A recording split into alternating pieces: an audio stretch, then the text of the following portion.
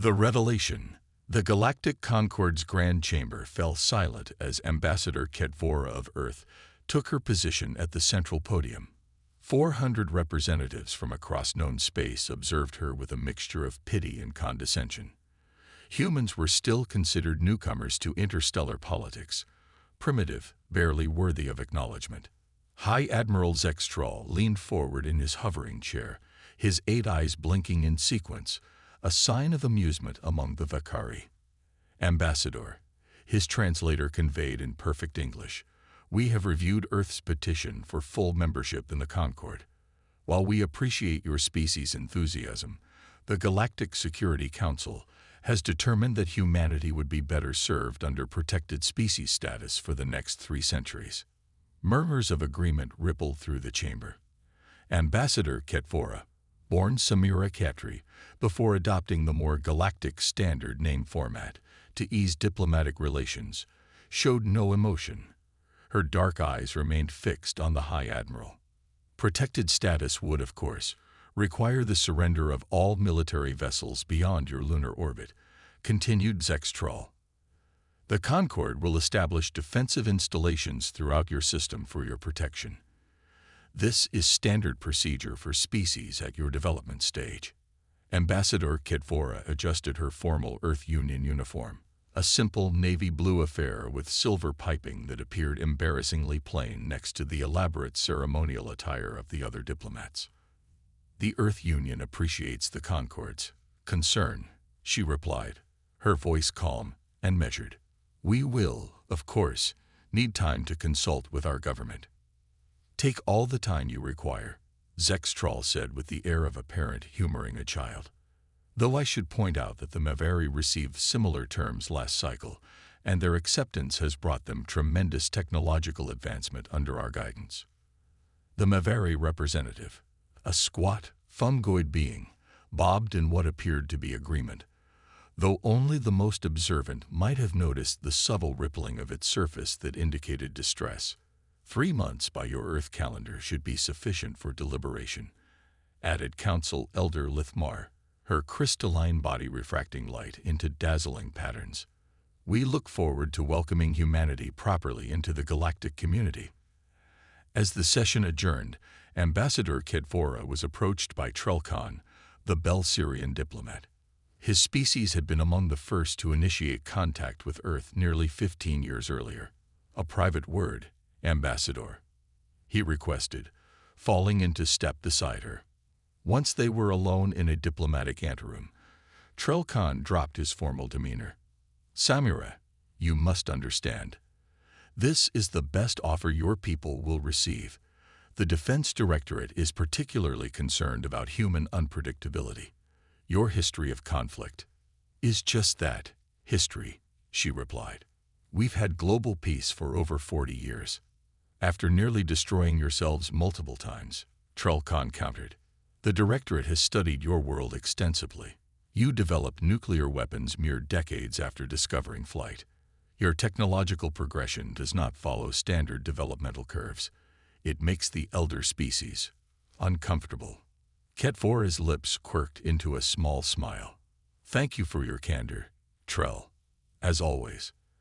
After the Bel-Syrian departed, Ketvora activated her secure communicator, a device that appeared to be standard Concord technology, but contained subtle modifications the Galactic Security Council would have found deeply concerning. Diplomatic phase complete, she reported. The Concord has responded exactly as predicted. Understood, Ambassador, came the reply. Operation Silent Thunder is proceeding on schedule. Your transport departs in 1 hour. 12 kilometers beneath the Olympus Mons caldera on Mars, Fleet Commander Jalen Ellis stood at the viewport overlooking humanity's greatest secret. The massive underground shipyard stretched for kilometers, its true scale hidden from orbital scans by a combination of natural shielding and advanced technology. The centerpiece of the facility was nearly complete, the EUS Thunderbolt, Earth's first true dreadnought. At 3 kilometers in length, it dwarfed anything officially in Earth's fleet. Indeed, it dwarfed anything the Concord had shown humanity. Status report, Ellis requested, hands clasped behind his back. "Final systems check in progress, Commander," replied his executive officer, Commander Sophia Chen. "Quantum displacement drive is nominal. Graviton weapon arrays are at 94% alignment. Adaptive shield harmonics are stable." Ellis nodded, satisfaction evident in his weathered features. For 15 years, humanity had played the part of the grateful, wide-eyed newcomer to galactic society. They had shown the Concorde observation teams exactly what was expected: outdated chemical rockets, early ion drives, and rudimentary laser defense systems, all carefully crafted to appear impressive to a species just beginning interstellar travel, but non-threatening to the established powers. Meanwhile, deep in the asteroid belt, beneath the Martian surface, and in hidden facilities throughout the outer solar system, Earth had been building something else entirely. "Admiral on deck," announced the watch officer. Ellis turned to see Fleet Admiral Yuan entering the command center. All personnel snapped to attention. "At ease," Yuan said, moving to stand beside Ellis at the viewport. "Magnificent, isn't she?" "Indeed, Admiral. 3 more days, and she'll be ready for her shakedown cruise." Yuan's expression darkened. "We may not have 3 days, Commander." Ellis turned sharply. "The timetable has accelerated. Long-range sensors detected a Shrull battle group entering the Epsilon Eridani system 6 hours ago. They destroyed the Concorde monitoring station before it could transmit a formal alert." Ellis felt his blood run cold. The Shrull were not part of the Galactic Concorde. They were something else entirely, a predatory species from the galactic rim that periodically raided developed systems, stripping them of resources and technology, before vanishing back into unexplored space. "How long until they reach Sol?" he asked. 36 hours, assuming they maintain their current vector. The Concorde Defense Fleet is mobilizing, but their nearest battle group is 4 days out. Ellis understood the implications immediately. They're not going to make it in time. "No," confirmed Yuan, "and Earth's official defensive capabilities would be like trying to stop a tsunami with a sandcastle." Ellis finished. Yuan nodded grimly. "The Shrull have never encountered humans before. They would have studied the Concorde's assessment of our capabilities. They're expecting an easy target," Ellis said, a hard smile forming on his face. "A primitive species with token defenses, ripe for plundering." "Precisely," said Yuan. "The President has authorized Operation Silent Thunder, effective immediately." Ellis turned to his executive officer. "Commander Chen, initiate rapid deployment protocols. I want the Thunderbolt ready for combat operations in 24 hours. As the command center erupted into activity, Ellis returned his gaze to the massive vessel below. For 15 years, humanity had hidden its true potential, allowing the galactic community to underestimate them. It had been a calculated risk, one based on humanity's long history of watching technologically superior powers subjugate less developed civilizations. Earth had learned from its own bloody history: better to be underestimated than conquered, better to appear compliant than to be deemed a threat. Now that deception was about to end, but not in the way they had planned. Ambassador Ketvora's transport was intercepted halfway back to Earth. The sleek diplomatic vessel was escorted to the Concorde's nearest command station, a massive ring-shaped structure orbiting Proxima Centauri V. High Admiral Zextrol himself was waiting when she disembarked. "Ambassador, I apologize for the unconventional summons," he said, his translator conveying urgency that his alien body language could not express to human senses. "What's happened?" she asked, though she already knew. "A Shrull battle group has been detected on approach to your home system," Zextrol explained as they walked rapidly through the station's corridors. "We have dispatched our nearest defensive assets, but I regret they will not arrive in time." Ketvora maintained her diplomatic composure. "I see. And what does the Concorde recommend for Earth's defense in the meantime?" They entered a strategic command center where holographic displays showed the movement of vessels throughout the sector. One red cluster was moving steadily toward the Sol system. The Shrull raid aggressively, but typically avoid heavy casualties among populations they consider potential future resources, explained Zextral. If Earth offers no significant resistance, they will likely focus on extracting technology and raw materials from your orbital facilities and lunar installations. Ketvora translated mentally. Surrender and maybe they won't kill too many of you. I must contact my government immediately, she said. Of course, Ambassador. We've prepared a secure channel. Once alone in the communication room, Ketvora activated her true secure communicator, bypassing the Concorde's monitoring systems. This is Ambassador Ketvora. Authorization code Sierra Tango 17. Code authenticated, came the reply from Earth Defense Command. Silent thunder is go. The Thunderbolt launches in 6 hours. Ketvora allowed herself a small, grim smile. The Shrull were about to learn a painful lesson about humanity, one the entire galactic Concorde would witness. Understood. Commencing Operation Broken Chains. Turning the tide. The Shrull battle group entered the Sol system precisely as predicted. A flotilla of 17 vessels ranging from swift attack craft to 2 massive harvesters nearly a kilometer long. Their black, biomechanical ships absorbed rather than reflected light, making them appear as moving voids against the stars. On board the lead vessel, war leader Kratosvik observed the primitive defenses of the human homeworld with disdain. Their scans showed a handful of armed satellites, a small fleet of chemical-propelled vessels near their moon, and a space station that would scarcely qualify as a military outpost by Concorde standards. Pathetic, he hissed to his second-in-command. The Concorde pampers these creatures, shields them from the true nature of the galaxy. All the better for our harvest, replied sub-leader Mithrak. Their planet is rich in resources, and their crude technology will be easily assimilated. Krasvik's mouthparts clicked in their species equivalent of laughter. Send the standard ultimatum. Let them tremble before they submit. On Earth, in the underground command center beneath Geneva, President Elena Rivera watched the approaching Shrull fleet with the United Earth Defense Council. The Shrull have issued their demands, reported the communications officer. They require complete surrender of all orbital facilities and permission to establish harvest operations at key resource points on Earth and Mars. And if we refuse, asked the defense minister, they will, quote, reduce all military installations to ash and extract what they require regardless. President Rivera's expression remained impassive. Admiral Ewan, is the Thunderbolt in position? Yes, Madam President. Commander Ellis reports all systems operational. The rest of the Silent Fleet is deployed in holding positions throughout the system, awaiting your order. Rivera nodded once. Then it's time to show the galaxy who we really are. She stood, straightening her jacket. Transmit my response to the Shrull. On the bridge of his vessel, war leader Krasvik received the human response.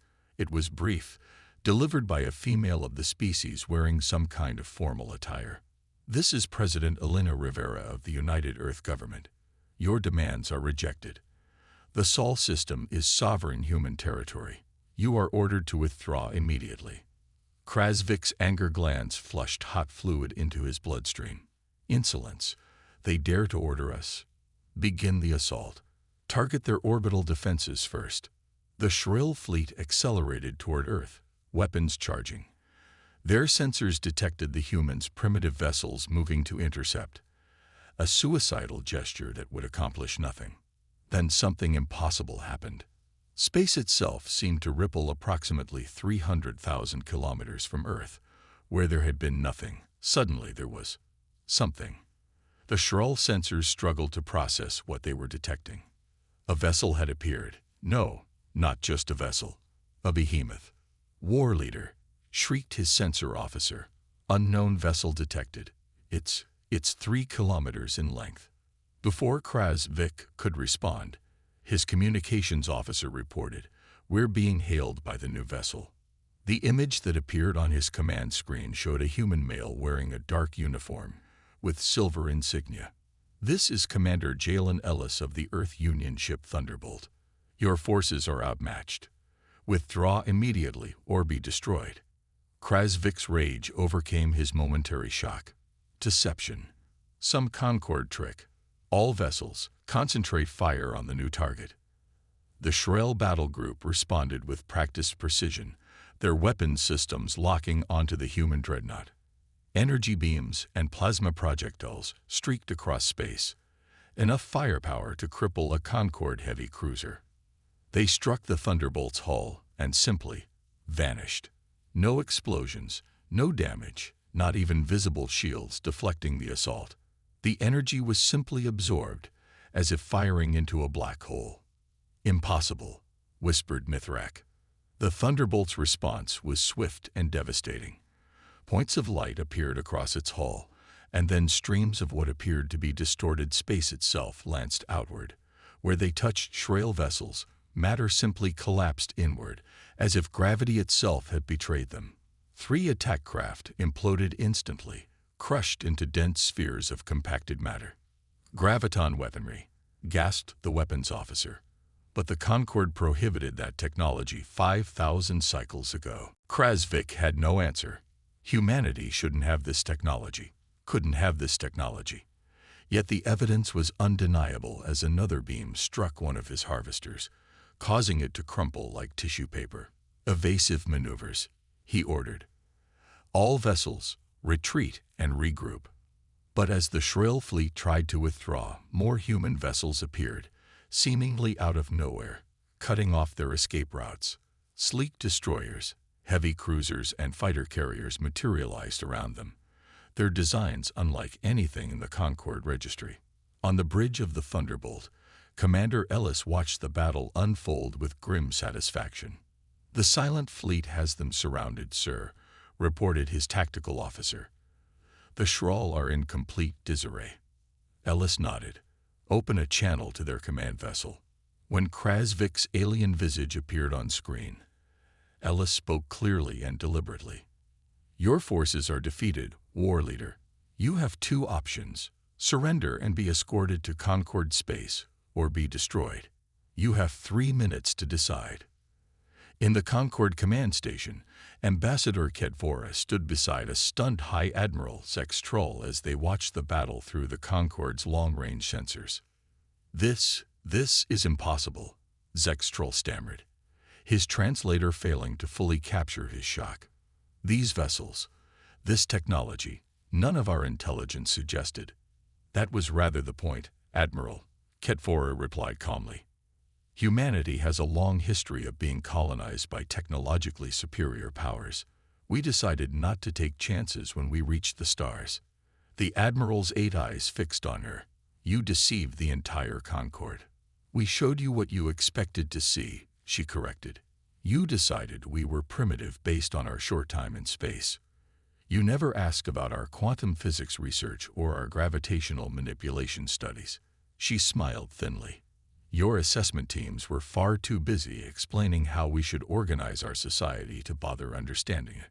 On the displays, the remaining Shrall vessels were powering down their weapons. The battle was over. "The Defensive Directorate will view this as a provocation," warned Zextroll. "The Defensive Directorate just watched a single human vessel defeat a Shrall battle group that your analysts said would require an entire Concord fleet to counter," Kedvora responded. "I suspect their perspective may be evolving as we speak." 2 weeks later, Ambassador Kedvora again stood at the central podium in the Galactic Concord's Grand Chamber. This time, the room was deathly silent, every representative focusing intently on her words. "The Earth Union appreciates the Concord's reconsideration of our membership status," she said. "We accept full membership with all attendant rights and responsibilities. Humanity looks forward to contributing to galactic peace and prosperity." High Admiral Zextroll, now speaking as just one voice among many on the council, leaned forward. "And your defense forces will remain under Earth Union control," she replied firmly.